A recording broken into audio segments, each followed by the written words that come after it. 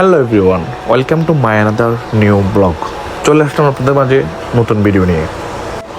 এটা হচ্ছে সৌদি আরব আলবাহা গুমফুদা। অনেক সুন্দর একটা জায়গা। আমি না গেলেও বুঝতে পারতাম না যে জায়গাটা এত সুন্দর।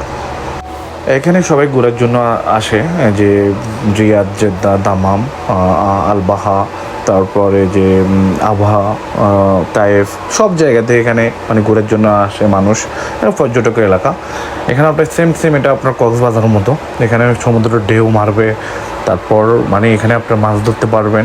সব কিছু একদম আপনার যেটা মানে দেখার সব কিছু দেখতে পারবেন এখানে। তো আসলে জায়গাটা অনেক সুন্দর। আমি যাওয়ার পর, আমি কয়েকবারই গেছি, আমি যাওয়ার পর আমার কাছে খুব ভালো লাগছে। আপনার এখানে সাগরের বাতাস, মিষ্টি বাতাস, তারপর অনেক মানুষ আসে এখানে পিকনিক করে। তো আপনারাও আসি এখানে পিকনিক করতে পারবেন, গোসল করতে পারবেন সমুদ্রে।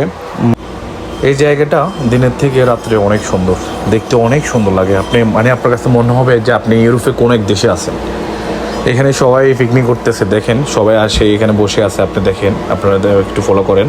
তো আমরাও গেলাম এইমাত্র, আমরাও গিয়ে ওখানে মানে প্রথম আমরা গিয়ে নামতেছি, মানে ওখানে ঘোরাফেরা করবো, তারপর আমরা খাওয়া দাওয়া করবো। এখানে আপনারা বড়শি দিয়ে মাছ ধরতে পারবেন।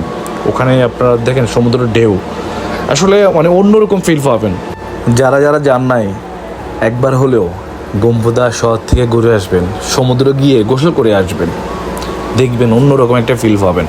ওকে, ভালো থাকবেন সবাই। Thank you for watching this video. পরবর্তী ভিডিওতে আপনার সাথে দেখা হবে। আল্লাহ হাফেজ।